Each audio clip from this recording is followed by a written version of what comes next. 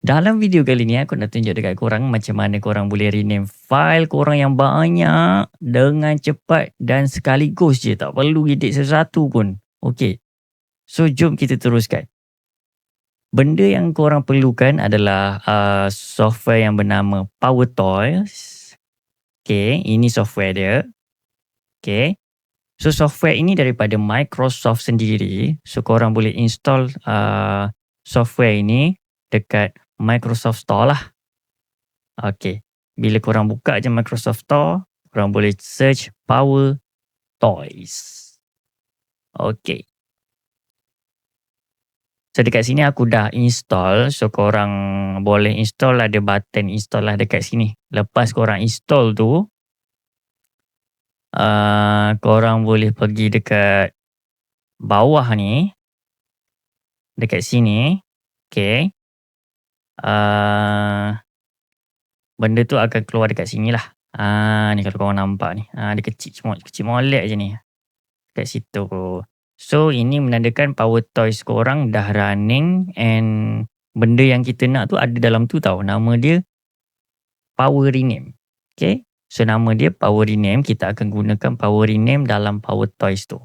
So seterusnya apa yang kita perlukan adalah file yang banyak lah. Contoh dekat sini ini sebenarnya aku copy paste sebanyak 14 items. Ni PNG je, semua sama je. Okay. So contohlah kita nak rename. Satu contoh aku nak rename SL ni kepada test. TEST. Okay. So kita pilih semua file ni. Right click and then ada option rename with Power Rename. So apa yang right click yang korang tengok sekarang ni adalah right click daripada Windows 11. So Windows 10 dia akan ada juga benda ni. So korang kena ada je. Okay, dia ada. So korang cari lebih kurang macam ni, rename with Power Rename. Korang tekan benda ni. Okay. Okay, so apa yang kita nak buat? Kita nak rename SL kepada TEST, test. Okay. First kali korang search SL lah. SL. Okay. Lepas tu, kita replace dengan text. Ni senang je. Ni simple. Okay. Apa yang dia buat, dia replace SL tu kepada test. Yang sebelah ni, korang boleh tengok, dia dah preview apa yang akan jadi dekat file korang. So ini adalah apa yang dia akan jadilah. Okay. Bila korang dah macam, okay, itu yang aku nak, korang boleh apply terus. Bila korang apply, pergi balik dekat folder tu, dia dah jadi dah. Test 01, test 02. Okay. So seterusnya, contoh apa lagi yang Power Rename ni boleh buat, dia boleh letak prefix ataupun suffix. Okay. Di depan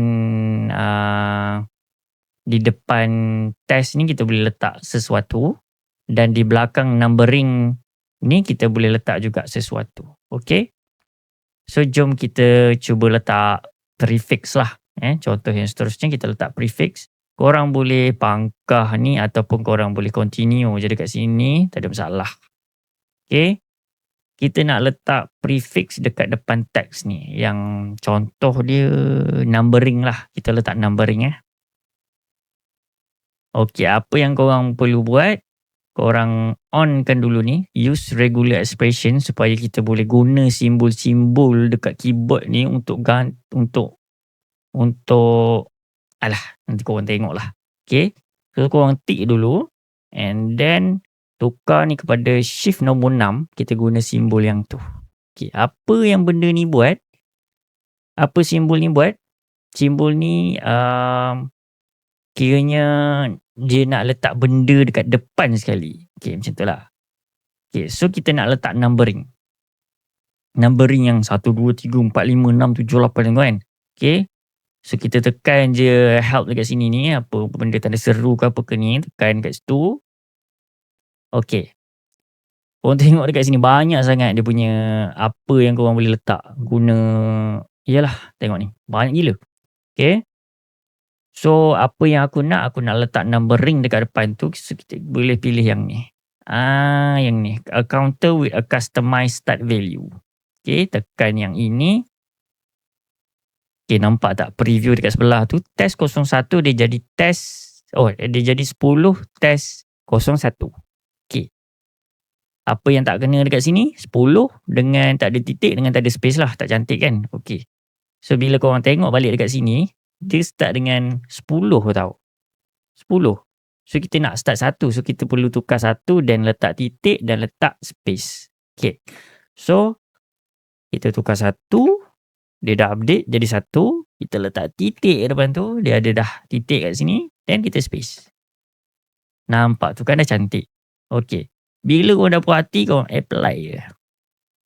Pergi balik dekat holder tu, dia dah jadi. Ada numbering 1, 2, 3, 4, 5 sampailah 14. Terus tak payahlah. Korang nak satu-satu macam ni. Satu-satu macam time consuming. Ni aku menjimatkan masa korang. Okay. So seterusnya kita test pula untuk tadi prefix. Prefix ni dekat depan. So suffix ni dekat belakang. Okay. So untuk suffix pula simbol dia simbol duit. Shift 4. Okay. Okay. Okay, bila korang tengok je dekat preview ni, dia letak 1 dekat belakang PNG ni. Yang ni kita tak nak. Okay.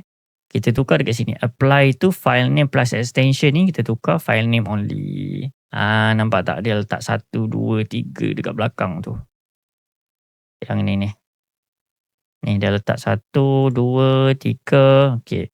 Tetapi sekarang ni, kita tak nak lah letak numbering sebab dah depan dah ada numbering. Depan test pun dah ada 01, 02 tu kan. So, kita nak buang yang ini. Kita tak nak. Letak maybe kita guna dia punya banyak-banyak ni. Kita nak letak tarikh. Okay. So, kita letak mula-mula tarikh mana? Month, day. Day 2 digit ni. Kirakan. Okay. Lepas tu yang cantiknya kena letak underscore lah kat depan kan. Sebab yang belakang tu dah ada underscore. Contoh dekat sini ni. Dia ada underscore tau kat sini. Kita asingkan dengan underscore jugalah.